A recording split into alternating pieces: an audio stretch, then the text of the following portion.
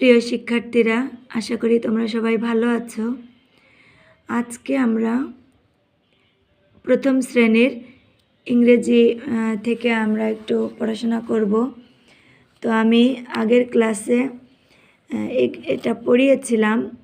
সিতে cat, C for cat, C for cow, D for dog, D for duck, এই বানান সহ এগুলি পড়বে।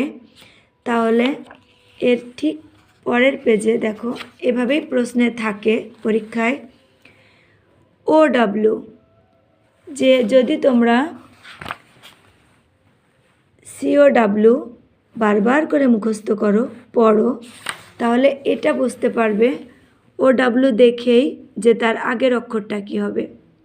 COW, কাউ, কাউ মানে দেখো গরুর ছবি দেওয়াই আছে। প্রশ্নে তো আর ছবি থাকবে না, আমরা OW দেখে বুঝবো এর আগে সি হবে। দেখো পরেরটা OG।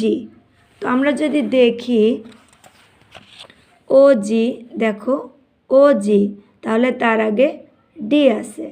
DOG, ডগ, ডগ মানে কুকুর, তাহলে আমরা এখানে ডি লিখব, DOG ডগ। এবং অবশ্যই যেহেতু এই দুটি অক্ষর বড় হাতের আছে, সুতরাং প্রথম অক্ষরটিও বড় হাতের দিবে, এটা অবশ্যই খেয়াল করবে।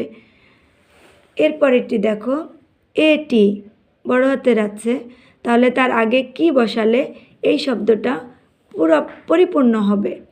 তো AT আমরা দেখি, দেখো AT, তাহলে তার আগের অক্ষর সি, CAT, ক্যাট, তাহলে আমাদের এখানে হবে CAT, ক্যাট, সি। কেমন? ALL, যদিও উপরে ছবি দেওয়া আছে, তারপরেও ALL আমরা দেখি একটু কিসে আছে ALL।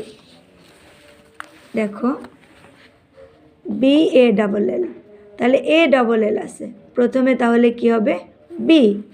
আমরা এখানে দেখি ALL, তাহলে এখানে হবে বি, BALL, বল। এরপরে আছে দেখো UCK, তো তার আগে আমরা যদি দেখি DUCK, ডাক, তাহলে এখানে হবে UCK, তার মানে প্রথম অক্ষর হবে অবশ্যই ডি, এবং সেটাও বড় হাতের। আশা করি তোমরা বুঝতে পেরেছো। এভাবে প্র্যাকটিস করবে ইনশাল্লাহ, তাহলে তোমরাও পারবে। তো ভালো থেকো।